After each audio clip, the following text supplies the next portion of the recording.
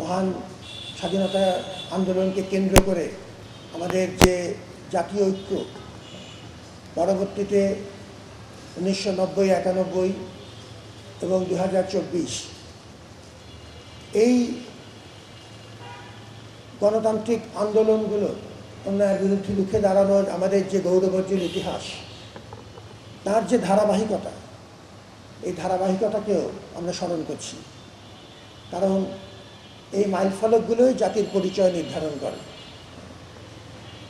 আমরা প্রত্যেকের অবদান স্বীকার করছি, জাতি হিসেবে তাদের কাছে আমাদের ঋণ প্রকাশ করছি আজকের এই আয়োজনের মধ্য দিয়ে। ধন্যবাদ জানাচ্ছি কলা অনুষদকে, তারা প্রতিবারের মতো যত্ন করে এই আয়োজনটি করেছে। সঙ্গীত বিভাগকে ধন্যবাদ জানাই, আমাদের খুব সুপরিচিত প্রেরণা উদ্যোগকারী কিছু গান তারা আমাদেরকে উপহার দিয়েছেন। জাতীয় সঙ্গীত আমাদের ঐক্যের প্রতীক, আমরা সবাই মিলে গাইলাম। এই পতাকা যেটি অত্যন্ত যৌক্তিকভাবে আমার সম্মানিত সহকর্মীগণ আগে বলেছেন, এটি শুধু একটি কাপড়ের টুকরো নয়, একটি জাতির পরিচয় নির্ধারণকারী ঐক্যের এবং জাগরণের একটি প্রতীক। ঢাকা বিশ্ববিদ্যালয় জাতির প্রতিষ্ঠান। আমরা পুনর্ব্যক্ত করি, জাতির যে কোনো প্রয়োজনে জাতির পাশে থাকবা। দেশবাসীকেও ধন্যবাদ জানাই ঢাকা বিশ্ববিদ্যালয় পরিবারের পক্ষ থেকে, যে আপনারা যে কোনো বিপদ আপদে আমাদের সাথে ছিলেন। আমাদের অনেক সীমাবদ্ধতার মধ্যেও আমাদের হাত ধরেছিলেন। জাতির প্রতি আমাদের অনিশেষ কৃতজ্ঞতা।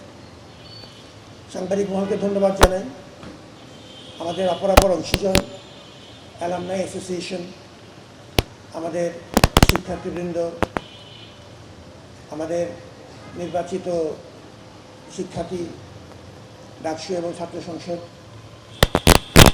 আমার পরম শ্রদ্ধেয় সহকর্মীবৃন্দ যারা প্রশাসন এবং ফ্যাকাল্টিতে আছেন, আমার প্রতিনিধির সাথী, সিনিয়র ম্যানেজমেন্ট টিমের সদস্যবৃন্দ, আপনাদেরকেও একই সাথে এই সুযোগে ব্যক্তিগত তরফ থেকে ধন্যবাদ জানাচ্ছি।